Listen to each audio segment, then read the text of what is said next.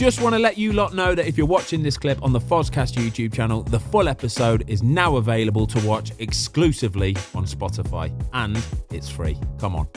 Right, Carl, you've been training with the PFA Training Camp. We need to talk about this because there's not too much information out there. Explain it all to us. You're right, there wasn't too much information out there because I didn't know about it till about 5 weeks in. It was just through word of mouth. One of the lads that I was training with on my own, who used to play for Brentford, Charlie Good, who's now at Stevenage, he just said to me one day when we was doing a session together with a coach, he said, "You heard about this PFA programme?" Didn't know anything about it. And he said, "Look, I'll send you over the details tonight," and started explaining what it was all about. And it was literally the next day I said, "Look, I read through all the details. I thought it sounds unbelievable. Like, it's exactly what we need." And I said, "Chaz, you need to be there as well." So we both, it was literally the day after or whatever, we went up there. I think, we started on the Monday, I believe, so it might have been a couple of days. But How easy is it to sort of get access to this? So basically stipulations are you have to be a professional footballer, right? A part of the PFA, the Players Football Union, and out of contract. And if you meet those sort of criteria, then you're able to join along with a training squad of how many people were there? It's not that simple, is it? Yeah, because there's 30 in the squad, but I was reading a stat that approximately 600 professionals get released every summer. So how do you make it into that squad? So essentially, it's not if you apply, you're in. You know what I mean? It's kind of an application process, and I think I spoke to the CEO because he come along in the last week, and he said to me, like, this camp itself was aimed towards more senior players. He said, like, we wanted more senior boys in. He didn't really elaborate as to why. But perhaps it adds to the validity of it as well. If you've got players who have played at the top of the game who will go into the camp, and more people will be like, I want to do that kind of thing in the future. I don't know his thinking behind it, but it was generally the lads who are a little bit older who were sort of shoo-ins, really. So I sort of fell into that bracket, luckily, so I was straight in. But is that with Maheta? Yes. Yeah, okay. Yeah, nice bloke.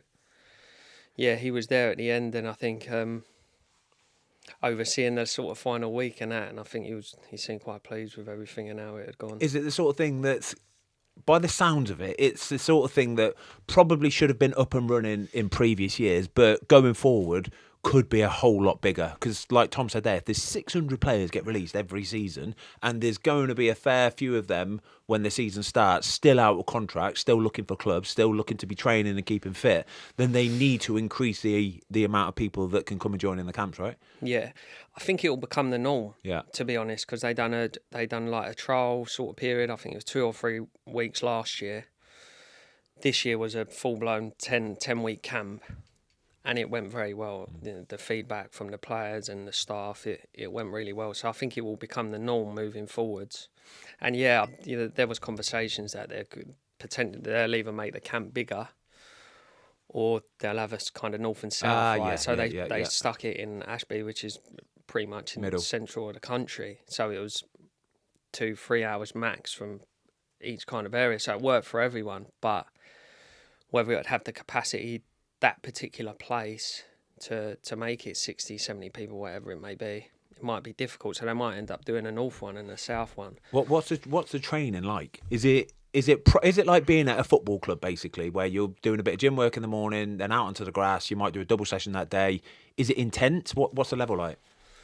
Well, the people running it have been at clubs, and the coaches, the S&Cs, the physios, they're people who just know what they're doing. They're proper. They're proper people. So, it is exactly like being at a club. You're going in the morning into the gym, you do your pre-activation, go out, train, good warm-up, just the norm that we've done for 15 years. It was much the same, apart from you didn't have a club shirt on. So you put in good sessions. They was split up into different sort of sessions throughout the week. At the end of the week, it would be like an 11v11 just to get the more... And that's when all the scouts come as well. The scouts come to the 11v11s.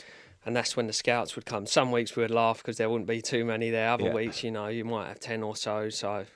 But it was good because you always knew you put your work in throughout the week, and then you was in a situation where you got people watching you. Yeah. And if you stand out, if you do well, you might, it might be a fit for them. You don't know. So, and also we had the games. So we played games against The last one which I played 90 in was the Cambridge United one, which was a good one.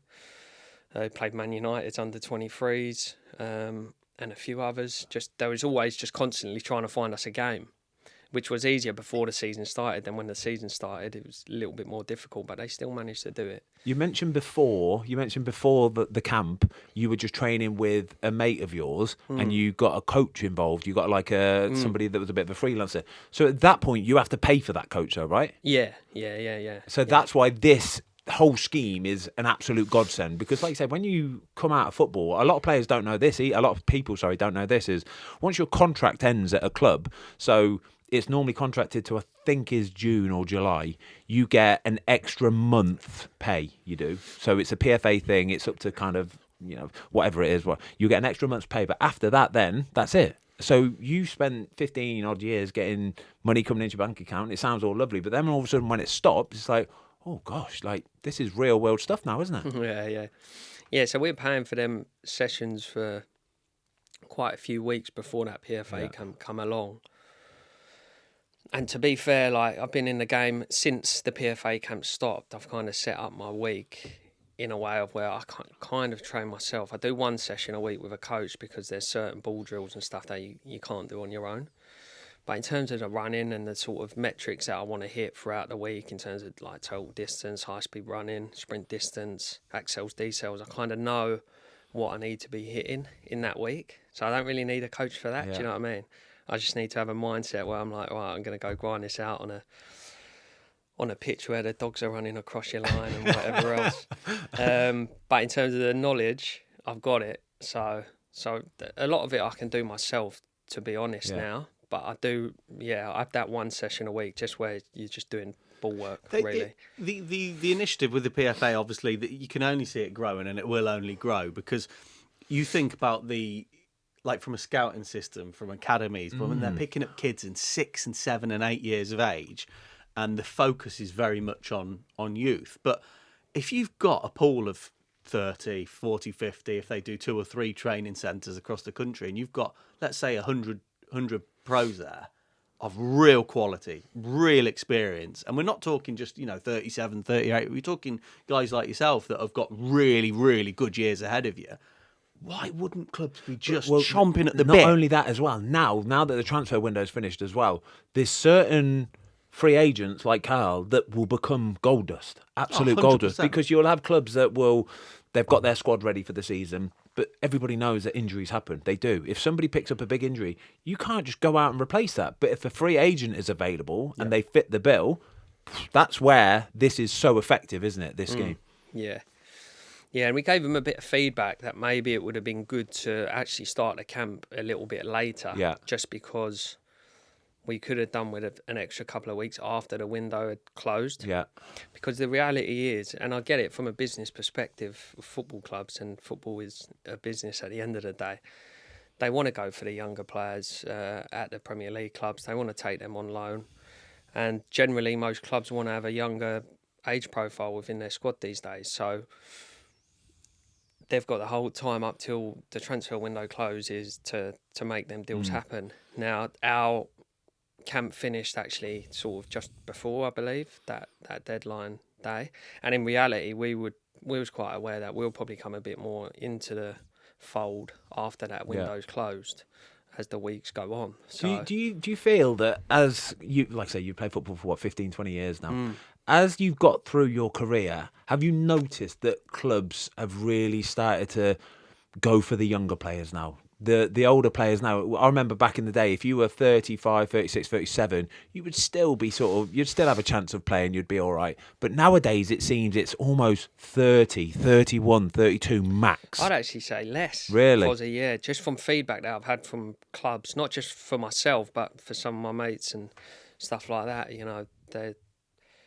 you're talking like 27 these days. That's the limit now. They don't. Yeah, one of my pals was talking to a Premier League club, and they was just like, "Yeah, we don't sign players over 27." It was like, we've got one over 27, but he's been here a long time, and knows the club, so he's that sort of player. But he said we just don't sign players over 27, and that's like our policy, Thanks everybody for watching. We hope you enjoyed this clip of the Fozcast. If you would like to watch the full episode, it is now available exclusively on Spotify for free.